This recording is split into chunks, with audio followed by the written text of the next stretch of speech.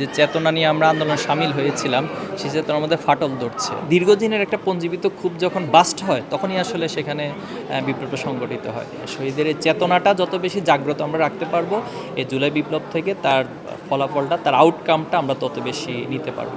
প্রথমত হচ্ছে আমরা যে আন্দোলন হয়ে গেল গত 5ই আগস্ট পূর্ববর্তী এবং যে বিপ্লব সংগঠিত হয়েছে, ছাত্র জনতার যে অভ্যুত্থান হয়েছে, তো এই অভ্যুত্থানটা তো বড় কথা না। অভ্যুত্থান হওয়ার পিছনের যে গল্পগুলো এবং পিছনের যে চেতনাগুলো কাজ করেছিল, শাহাদাতের তামান্না, সবাই এক কাতারে চলে আসা, এরপরে ফ্যাসিবাদ এবং কোনো জুলুমতন্ত্রে যে পৃথিবীতে স্থায়ী না, পৃথিবীর ইতিহাসে সে ফেরাউন নমরুদ থেকে শুরু করে এবং স্বৈরাচার, যেখানে পৃথিবীর যে প্রান্তে যারা তাদের ক্ষমতাকে টিকিয়ে রাখার জন্য জুলুমের পথ বেছে নিয়েছিল, কিন্তু একটি পর্যায়ে আসলে কেউ টিকিয়ে থাকতে পারেনি।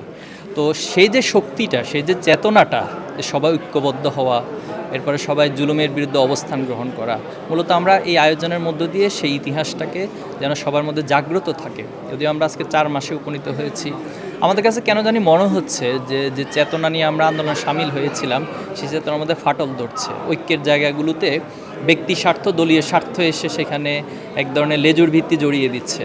তো এগুলো থেকে যেন আমরা উত্তরণ হতে পারি এবং শহীদদেরকে আমরা যেন মনে ধারণ করতে পারি, এই আয়োজনের মধ্য দিয়ে আমরা সকল শিক্ষার্থী, সাধারণ মানুষ, ছাত্র জনতার কাছে সেই মেসেজগুলো দিতে চাই এবং আগামী বাংলাদেশ বিনির্মাণের জন্য শহীদদের সেই চাওয়া পাওয়াগুলো এবং শহীদদের পরিবারের যে আকাঙ্ক্ষাগুলো সেটা যেন বাস্তবায়িত হয়, সে ঐক্যবদ্ধ একটি জায়গা তৈরি হবে এবং আমরা সেই বাংলাদেশ বিনির্মাণ করতে পারবো, সেটাই প্রত্যাশা রাখছি।